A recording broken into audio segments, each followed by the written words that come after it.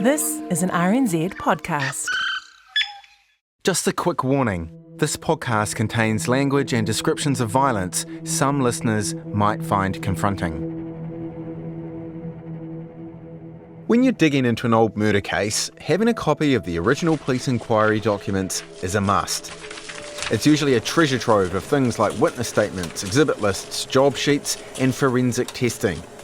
All the building blocks required for a murder charge. Sifting through it, you can find new leads, new witnesses, new information that didn't fit the police theory of the case.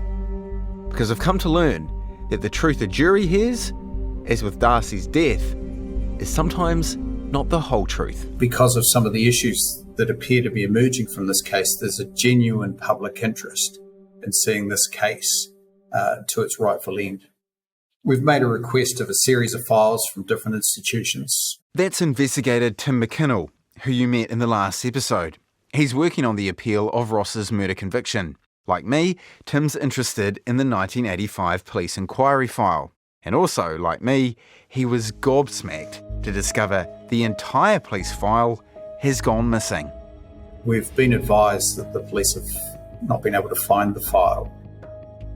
So we've gone back and asked some questions about that. Homicide files in particular are not files that get destroyed.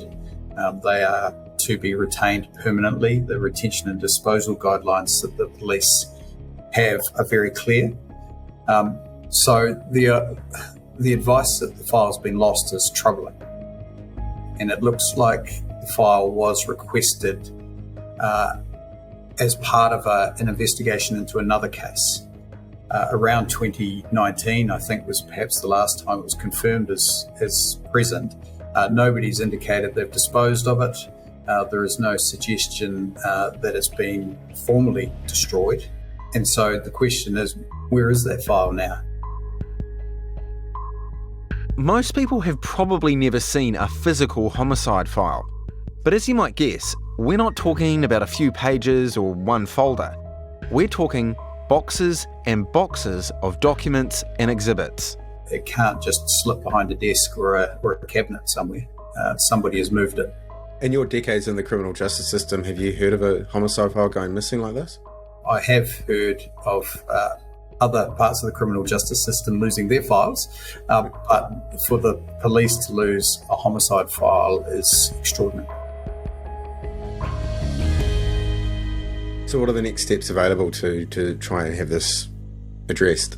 The next step for us, and it's a step that we've undertaken, is to complain to the Independent Police Conduct Authority. My reaction to learning all of this can be summed up in one good Kiwi word: bugger. You're listening to Nark, an RNZ investigative podcast. I'm your host, Mike Wesley Smith. This is episode 4, Convict Cluedo. The search for the missing police file is ongoing, but without it to fall back on, I'm left to piece together the initial police investigation from interviews with witnesses, court transcripts, media reports, and Ross Appelgren's own papers. A lot of these documents have come from Ross's legal team and Darcy Te Hira's prison file, which I was given by his widow, Suzanne Young. My own digging has also uncovered some new information and witnesses. It's important to point out that both Ross's team and Suzanne understand that my job is to follow the evidence wherever it may lead, to independently report what I find. So here's what I've pieced together. Detectives at Mount Eden Prison back in 1985 also had a difficult start. Remember, there was no forensic evidence, no fingerprints, no blood, no DNA, and a crime scene cleaned up before they even got there. There were witnesses, but all but one of them were crims. Many who were wired to withhold information, more likely to tell police to get fucked, than give them anything useful. Homicide inquiries or any other inquiry carried out in prisons are historically difficult to solve. That's an actor reading from a report of the investigation by its leader, Detective Chief Inspector Peter Jenkinson. Jenkinson was in charge of the 35 officers that descended on the prison to investigate Darcy Te Hira's murder. Jenkinson died some years ago, but was an experienced homicide detective. Old school, no nonsense. He was known as Jinky. He was a person who left a legacy of, I would have to say, what many aspire to be from what I have heard of him. Former Detective Inspector Lance Burdett didn't work with Jenkinson, but knew plenty of officers who did. He's always been reputable and has high credibility. As Jenkinson wrote in his report, police knew from the beginning Mount Eden inmates wouldn't give up their secrets easily. Prisoners will not inform on other prisoners through a misplaced code of honour among thieves. Essentially, as no one speaks to cops. That's it. Whether you're in prison or outside, no one speaks to cops. It's a code Lance has encountered before, because he's also had to investigate serious offending inside prisons. Also operated as a crisis negotiator with inside New Zealand prisons. So a lot to do with prisoners and prison officers in my police career. So Lance knows better than most what Jenkinson and his team were up against back in 1985. It's very, very rare for somebody within a prison situation to say anything to police to help them, unless you might have something to gain from that, right? But you're putting your life at risk when you do speak to police. You're very suspect of what they're going to say to you. You've got to really look into what's behind what's being said. In fact, in 2 decades of dealing with prisoners, Lance recalls only one that provided him with helpful information. So they all have a hidden reason for doing so. And it's not just cops that thought this. Here's Ross Appelgren's lawyer Mary Beth Sharp in a 1989 Radio Pacific interview about the case. You've got to appreciate that the police walked into a situation where there were a number of prison inmates. The shadow of suspicion fell on all of them. Eventually, in this real-life game of Cluedo, the police would decide it was Ross Appelgren in the lunchroom with the kitchen paddle. But it took the police some time to reach that conclusion. Nobody seemed in the beginning to have any knowledge of who could have been responsible for the death of this man once it was ascertained that in fact he had died by foul means. The first inmate police interviewed on the day of Darcy's assault would eventually become their most important witness. It was the fraudster Ernie in the kitchen with the dish brush. Again, just a reminder that Ernie isn't this guy's real name. His true identity is suppressed by court order. Ernie acknowledged to detectives he was the first to find Darcy unresponsive and spasming in his chair. But that was all he'd say. At least, that was all he'd say the first time he told his story. And as we now know in retrospect, almost all of the statements which each person gave to the police was in conflict with statements given by others. There were probably very, very few statements at any given time which matched. So the police had an interesting job to do, shall we say. They had to find some witnesses at some point with statements that added up. One of those that didn't add up was the first statement Ernie gave to police. So let's hear what he said. His words are voiced by an actor. I started work this morning at about 5:30 a.m. Darcy came into the kitchen at 7:30 a.m. He got himself some breakfast. And he went into the smoko room off the side of the kitchen. About 5 minutes later, when I finished my work, I got a cup of tea and went into the smoker room to drink it. And when I walked in, I saw Darcy lying back in his chair. He had his head cocked right back and his arms up level with his shoulders and shaking them around, and his head was rolling around and he was shaking all over. His plate of food had been upended. His cutlery was all over the floor. I thought he was having me on. So I gave him a shake and asked him if he was okay. And then I realised he's having an attack of some sort, so I went and got a screw, and a couple of them came in, and they lifted him off the chair and laid him on the floor, and they looked after him until the nurse and ambulance arrived.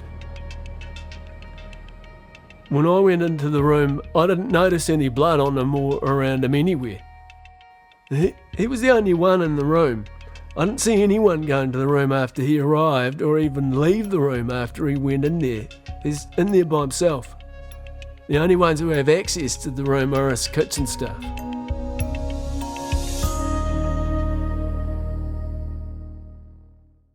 Within hours of Ernie giving that account, though, he had decided to communicate with authorities in a clandestine manner.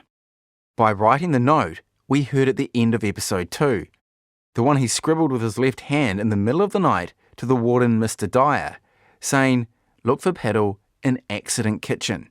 Ernie explained why he did this at Ross's second trial. It wasn't very much to it, actually. I just said that there was a paddle missing, and if they looked for the paddle, and they would hopefully, I don't know why I did this, I thought if they looked for the paddle, they could then look to who was using the paddle for the problem they had with Darcy. When Darcy died the following day, the police probe was upgraded to a murder inquiry, the first recorded homicide in Mount Eden. Former guard Paul Lobb was there when Jenkinson and his detectives took control of the jail. I was asked to clear the top landing of the north block, open up, clear the whole wing out, and then open the doors, and police came in, and then they brought all the prisoners from the kitchen up to interview them all at once. In individual cells? Yeah. The other former guard, James, was also helping police that day, if not a little reluctantly. I remember that the police came in, it would have been a couple of hours later, and various inmates were taken to various parts of the jail. I presume that they were kept apart so they couldn't cook up a story between them.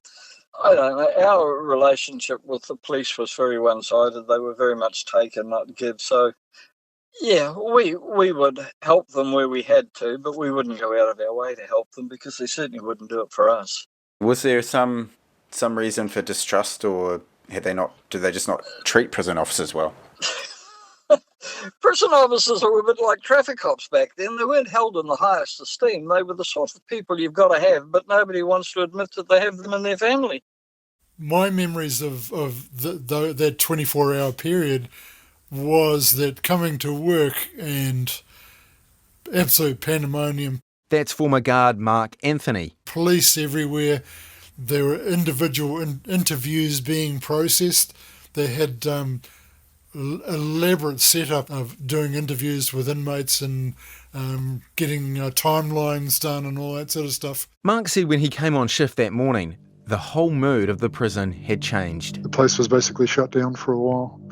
Limited movements and that sort of stuff. A lot of undertones and murmurings and whisperings going on, and people giving opinions. People under times of stress they tend to talk a lot and that sort of stuff. So there was a whole behavioural change, and the whole place, things changed from that day onwards, basically. Peter Jenkinson later reported the only talking inmates were doing was between themselves. Initial inquiries carried out at the prison met with hostility and non-cooperation from prison inmates of the kitchen.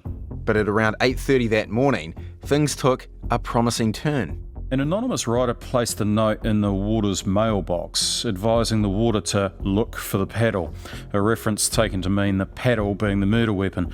This note was received by the first officer and handed to the police. Ernie's note had found its target, though police didn't yet know he was the author. Acting on the note's directive, Jim Stedman, the prison guard on duty when the assault took place, searched the kitchen block. Here's Stedman's account of what happened next. I located a paddle, one of the implements customarily used in the kitchen. I found this paddle in the passageway leading to the wing. That is the passageway between the cell block and the kitchen. Stedman said he found the paddle underneath a pile of rubbish and noticed it was missing about half of its blade. He then handed it to detectives. Ernie had led police to their first breakthrough. The broken paddle was rushed off for testing, which eventually found, nothing. No forensic evidence, no blood, no hair, no fibres. We've heard a lot of different stories about the paddle. Robert, the ambulance officer, said he saw one on the floor in 2 pieces. But prison guard James heard rumours it went back into the pot of boiling rice. So was it the murder weapon or not? Well, that afternoon, the results of Darcy's post-mortem came through from pathologist Dr. Warwick Smeaton, who found, in my opinion, the cause of death was due to head injuries. The appearances suggest the injuries would be caused by a flat instrument. A flat instrument like the kitchen paddle. Detectives now thought they could connect it to Darcy's death, even without any forensic evidence. In the context of the case, it was as good as a smoking gun. Now the cops were looking not only for the killer, but the mystery note writer. The search for more evidence within the prison continued throughout the day. A prison officer went through Darcy's possessions and found several items of interest, including $30 in cash and 16 cannabis joints. It was a discovery that became an important pillar of the case against Ross. Prosecutors saying it was Ross's dispute with Darcy over these drugs that provided his motive for murder. Meanwhile, up in the North Block, police interviews with inmates were ongoing. Just after midday, it was Ross Appelgren's turn in the hot seat. The following comes from the detective's record of Ross's interview. At present, I'm doing 2.5 years for a whole lot of burglaries. I've also done an 8-year lag at Parry for robbery. Ross was well built, tattooed, and no fan of the boys in blue. And just to remind you, we've used AI and audio from his Radio Pacific interview to put Ross's own voice to his words. Since I got this last lag, I've been working in the kitchen as what is called the third cook. I usually start work about 5 in the morning. That's when our cells are unlocked and we just wander through and start making breakfast. All that I did yesterday morning was arrive at the kitchen sometime after 5 o'clock. There were a few of the others there, ones that wash the dishes and clean up. I think it was spaghetti for breakfast yesterday morning, and we set the first sitting out at about 5:45. There are a lot of other sittings, and we were still sending food out up until about 8 o'clock on Sundays. The detective pushed for details of Darcy's killing, but the code of silence kicked in, and Ross refused to say anything helpful. I'm not going to tell you nothing about what happened yesterday morning. I don't know anything, and I didn't see anything. I'm not saying nothing about Darcy or any of the others. I'll just tell you what I did. I just cooked breakfast and didn't see nothing at all. My lawyer is Mary Beth Sharp. If she had been with me, I would have been all right. I don't want to say nothing now because you might be able to involve me. If she was here, I would talk to you, but then she'd only tell you that he doesn't want to answer. The interviewing detective then had this exchange with Ross. I asked Appelgren if he would be prepared to tell me what happened to Darcy Te Hira if Mary Beth Sharp was present. He said that he would talk more freely if she was present. I asked him if it would help our inquiries. He said, I don't know, it may do. I asked him if it was worth my while getting Mary Beth Sharp to the prison today. He said that he would have to think about it overnight, and he didn't want anyone else knowing about it if he did. I asked him if he could give me a clue as to what he might know. He said, No, I'll have to think about what I'm going to say. I don't think I can help you anyway, but I'm certainly not going to say anything more without my lawyer being present. Ross walked out, leaving the detective to reflect on his first impression of the burly burglar. Appelgren is an institutionalised criminal who is well aware of the dangers in talking to people in authority. He is for this reason extremely reluctant to say anything at all. He is, however, likely to know what happened to Te Hira, or may have seen or heard something that would be of assistance to us. He has indicated that he will only talk with a lawyer present, but is reluctant to even hint at what he might know. The arrangement between Appelgren and myself is that he will think about whether he wants to say anything more overnight and write to Mary Beth Sharp if he wants to make a statement. Interestingly, the detective concluded Ross was not a likely suspect for the assault, judged by his general background and demeanour during interview. Although not recorded, Ross later claimed the detective who spoke to him had offered him a deal. It was immediate release if I was prepared to talk. I was doing 2.5 years and they said I could walk out next week if I would name names. I tried contacting the detective who interviewed Ross to ask if he really promised him immediate release. He never responded, but the issue of police offering deals for information would become a defining feature of this case. Another inmate police spoke with that day was the man we're calling Gordon. Gordon passed away several years ago, but in January 1985, he was 8 months into a 5-year sentence for a serious assault. We've had a couple of actors recreate that interview. I'm with the CIB from Auckland. Yeah? So what? Make it snappy, I've got things to do. One of your workmates got dealt to yesterday morning with a big food paddle. We just got word from the hospital that he's pretty sick. I've got nothing to say to you. I didn't see nothing. Okay, you might not have seen anything and you might not know anything, but I'm now going to tell you what's happened. Darcy is in fact dead. He died about 5 minutes ago. Now, this is your workmate I'm talking about. He was whacked around the head and his skull smashed like an eggshell. I'm not suggesting it was you, but I think you might know a little bit about it. If I knew anything about it, I still wouldn't tell you cunts. Doesn't it mean anything to you that one of your own workmates has been slaughtered? How long have you known Darcy? For the past 18 years. Did anyone have it in for him? I don't know. Did you have it in for him? You never fucking learn, do you? Do you think I'd tell you if I did know? Now, listen, I'm not saying you were the one who hit him, but I figure you must have seen what went on. How could I? I slept in late that morning and I didn't get down there till about 7:30 a.m. that morning. When I arrived at the kitchen, everyone was running at that stage saying Darcy had had a stroke. Okay, perhaps you didn't see anything, and that can be easily confirmed. But you must have heard a whisper around the cells. That was enough for Gordon. I'm fucking off. I've got nothing to say. By this point, Head Detective Peter Jenkinson knew all 18 inmates in the kitchen block had been spoken to and none had offered any assistance. And that wasn't his only headache. Because of the time delay, the kitchen area had been cleared. Police went back to square one and re-interviewed Ernie on the Monday afternoon. But he was still sticking to what he said in his first statement. We were busy with the dishes and I did not see anything. As police left the prison that evening, they were still without their killer.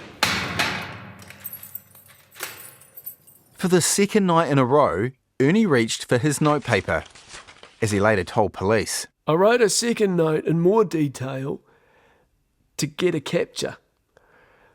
I wrote the note myself. The note consisted of a page of writing, and I wrote it in my left hand in order to disguise my handwriting. Here's what Ernie's second note said. Paddle broke in half and hidden. It was used approx 3 times on him. I never saw it done, but moments before he was fine. Then next, a lot of banging, and when I went to find out, I was cautioned and told to say nothing. Okay, let's pause for a moment and make sure you remember 5 critical words Ernie wrote. I never saw it done. That will become a very important detail in this case.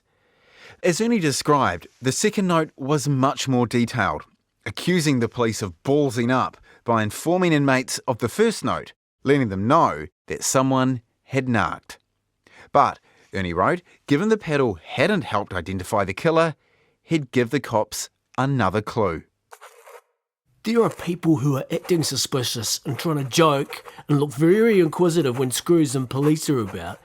These are the ones directly involved. But there's only one person responsible for the hit, which was due to a personal vendetta. But the other 3 knew it was about to happen and preoccupied the kitchen screw in his room while it happened. It was only, I believe, to be a bash he would remember for a while.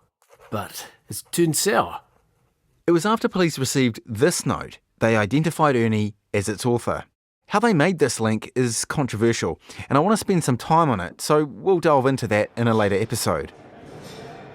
Once police reeled Ernie in, they pulled him out of Mount Eden prison on the 10th of January 1985, 4 days since the murder.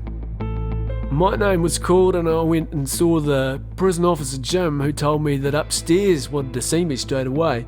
I went upstairs into the dome and everybody in the dome said, "Where the hell are you going?" I replied, "I haven't got a clue." I was later taken to the Auckland Central police station. The next day, Ross was on the move as well, relocated to the notorious D block in Paremoremo prison. He wasn't told why, but in his prison file I found an interesting Justice Department report. Dated the day of Ross's transfer, the report said he was leaving Mount Eden due to his alleged involvement in the Darcy Te Hira homicide.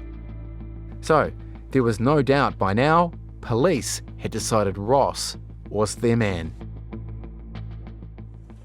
At Auckland Central Police Station, Ernie met with Peter Jenkinson for the first time. Now, there are 2 versions of what happened at this meeting and in the weeks following. There's what the prosecutors told the juries at both trials, which I'll call version 1, and then there is all the parts they left out, version 2. Let's start with version 1. Ernie testified that when he met Jenkinson, he didn't tell him anything about what he'd witnessed. Instead, police agreed to give Ernie time to think about providing a formal statement. While he mulled it over, he was transferred to another prison for his own safety. Police patience paid off. On the 22nd of February 1985, that's 6 weeks after Darcy's death, Ernie sat down with Peter Jenkinson and another detective called Colin Mitchell. I contacted Mitchell to ask him about his interactions with Ernie, but he declined to be interviewed. Over the course of 10 pages, the man who'd earlier told police, "I never saw it done," explained that he'd actually seen everything. He stated that the murderer was one Ross Appelgren. In a statement, Ernie took detectives Jenkinson and Mitchell back to the morning of the murder. He said he got up around 5:30 and started his job washing dishes in the kitchen. With him was his cellmate, who I'm calling Aaron. Aaron was 25 years old and doing a 6-month sentence for theft. Ernie said at around 7:05 a.m, with the dishes finished, Aaron wandered back to the cells while he went to the lunchroom, which he referred to as the smoker room, and sat down with another inmate I'll call Logan. In the smoker room, both Logan and I sat down, had a cup of tea, and a couple of minutes later, Ross Appelgren came into the doorway and told Logan and myself, "Go away," as he had something to do. His actual words were, "Fuck off, I've got something to do." And Logan and I didn't say anything, we just looked at each other and then we both got up and left. Ernie returned to the kitchen where more dishes had piled up. At 7:10 a.m, he said he saw Darcy enter the lunchroom, which was about 20 feet or 6 metres from where Ernie was standing at the sink. Then, moments later, I saw Appelgren with paddle in hand, his back to me, going through the entrance of the smoker room at pace. I then saw Ross swing the paddle over his right shoulder and round to his left. I heard the sound of a crack. I then saw Ross walk approximately 2 paces into the smoker room. He then turned around, so I was in a position of facing him, and I saw him swing the paddle from his left shoulder in the same direction as the first blow, and I heard another crack. The third swing by Ross was same as the second, and I heard something fall to the floor, but I couldn't see what had happened, and then I saw him swing a 4th time. Ross then came briskly out towards me carrying the paddle, looking into his left, looking to see if the screw could see him. He then looked at me and said quietly, "You heard and saw nothing, mate." He then said, "Remember, nothing."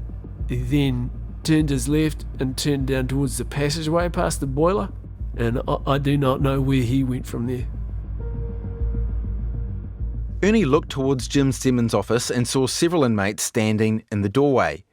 Meanwhile, Ross had returned to the kitchen without the paddle and approached him again. Ross said, "Tell the screw there's something wrong with someone in the smoker room." I hesitated and went into the smoker room to see how bad the person was.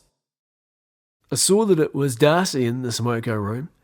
He's sitting back on a chair by the entrance to the smoker room on the left-hand side, with his back to the entrance. I saw that his head was bent back and his arms are shaking viciously. I did not see any sign of blood. I saw that there was porridge spilt over the table and the floor. I immediately took Darcy's right arm. I grabbed hold of his right wrist and I said, "Are you okay, Darcy?" I did not get a response. Ernie then said he noticed a piece of wood on the floor, which he believed had come off the paddle. He described it as around 45 centimetres in length and curved at one end. I then left Darcy in the position which I had found him, and I walked over to the screw's office and said to the screw, "I think there's something wrong with this guy in the room over there." The screw got up, and the officer then went to investigate the matter with me. The screw and I then went into the smoker room to where Darcy was still sitting. Ernie saw the piece of wood again on the floor, and this time, though he didn't explain why, he kicked it to the corner of the room where he claimed another inmate later picked it up and disposed of it. After Darcy was taken to the hospital, Ernie said he had a visitor to his cell. Ross came in and said to me, "Where's Aaron?" And I told him that I didn't know where he was. He asked me whether Aaron suspected anything, and I told him no. You'll remember Aaron was Ernie's cellmate. I've then said to Ross, "Why did you do it?" Meaning, did he hit Darcy over the head? Ross said that he wanted Darcy to be released from the hospital instead of being released from prison. He told me that a dope deal had gone wrong. He said that Darcy had picked up a dope deal that didn't belong to him and had sold it and was joking too much about it, and then he had the guts to show up here knowing who it was. I've then said to Appelgren, "Was it worth it?" To which he replied, "Yes, it was." And he further said that fucking $600 is a lot of money in the jail when it comes to dope dealing. Ernie asked Ross what he'd done with the rest of the broken paddle. Ross told him it had been boiled and thrown out. Police thought this could explain why no trace of blood or hair was found on the part of the paddle that they recovered. Ross then asked me what had happened to the piece of wood that had come off the paddle. I told him that it had been picked up and put in the rubbish bin in the corner. Ross actually thanked me for doing that, but I told him that it wasn't me. I was subconsciously trying to find out more about the matter, and I was not getting many answers. Ross then told me not to say anything to anyone, and he asked me whether I thought anyone knew what had happened. I said no, I doubt it. Ross said, "Keep it that way." Ernie confirmed to detectives Jenkinson and Mitchell it was on the Sunday night, the night of Darcy's bashing, that he wrote his first anonymous note. All the while, Ross and the other inmates kept questioning his movements. Where I'd been, who I had spoken to. I couldn't even go to the toilet without being questioned about my motive. So I knew my hands were tied, and I played along with what they were saying. After Ernie was spoken to by police a second time, Ross bailed him up. Asked me why I'd been so long and whether I'd said anything. I told him I said nothing. After he had finished speaking to me, he was satisfied that I had not told the police anything. Throughout the stage, the tension and atmosphere in the kitchen wing was intense. I did not know which way to go or who to turn to. The only person Ernie felt he could trust was his cellmate Aaron. He recalled how Ross approached the both of them to say that he and the other inmates had decided how to respond to the cops sniffing around. We were to take a screw with us and tell the police our visits were terminated as we do not have to see them. 4 days on from the murder, Ernie had his last conversation with Ross. Ross said, "I'll remember you for keeping quiet," and that he would like to know me on the outside. Not long after, police removed him from Mount Eden. Ernie had dropped a bombshell. In his notes, and in every discussion with police so far, he said he hadn't seen a thing, nothing. But that day in February, about 6 weeks after the murder, Ernie changed his story. He'd been afraid, but now it was time to speak. Time to admit he was the sole witness to Darcy's murder. Ernie's account was comprehensive, detailed, and as a court would later rule, sufficient on its own to convict Ross Appelgren of murder. But as it would turn out, another inmate had come forward to police to defy the code of silence. It was a bit unexpected, given this is the same guy who initially told detectives, "If I knew anything about it, I still wouldn't tell you cunts." That's the man we're calling Gordon. By 1985, he'd spent 12 of his 37 years of life in prison, the result of a rather colourful criminal history. Previous convictions for robbery, burglary and violence. Then there was the time he reversed into a traffic officer's car 3 times. His offending became increasingly more serious. He was in Mount Eden doing 5.5 years for tying a woman up and stealing her car.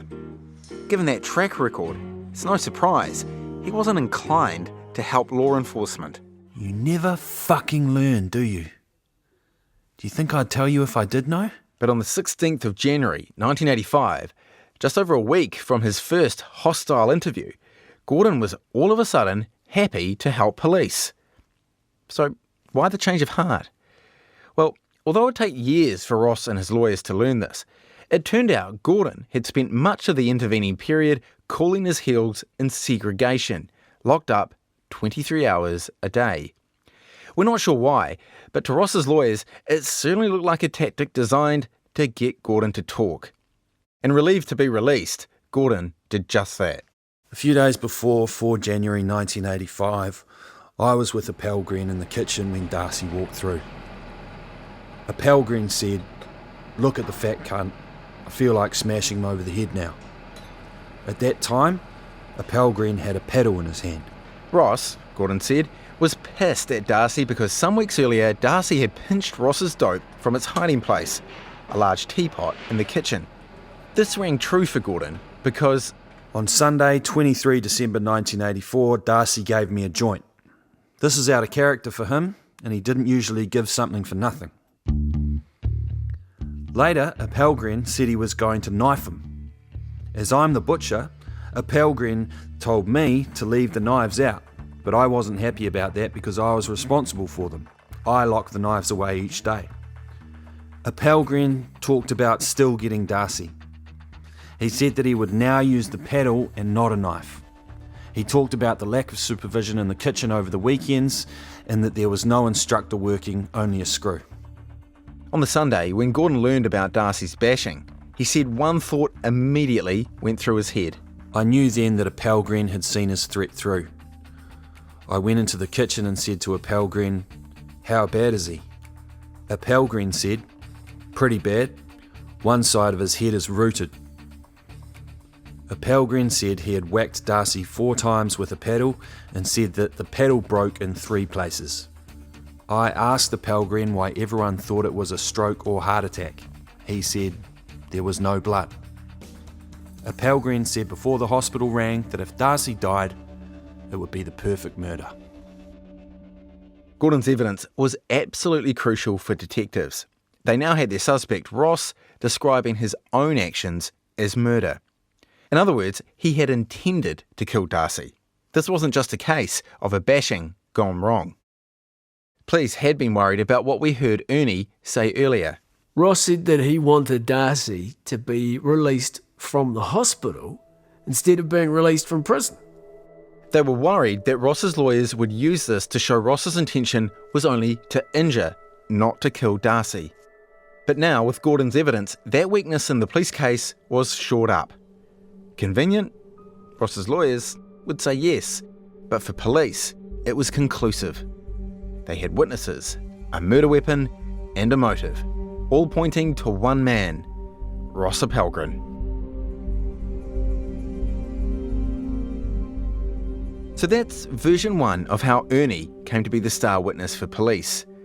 Version 2 is both murky and, to be honest, almost unbelievable, and has left me with more questions than answers. Coming up, we'll meet the 2 men who will end up facing off across a courtroom. The accused. Are you a bad person? Some people most probably think I am. And the accuser. Reasonably intelligent and shrewd person. He was described as a very good salesman. He was a very smooth talker. A man who for the first time speaks publicly outside a courtroom about a crime he said he witnessed 40 years ago. I was flabbergasted after all this time that anyone would be wanting to open up such a case again. Ernie told me in no uncertain terms his view on who killed Darcy Te Hira. That's all coming up in the next episode of Nark.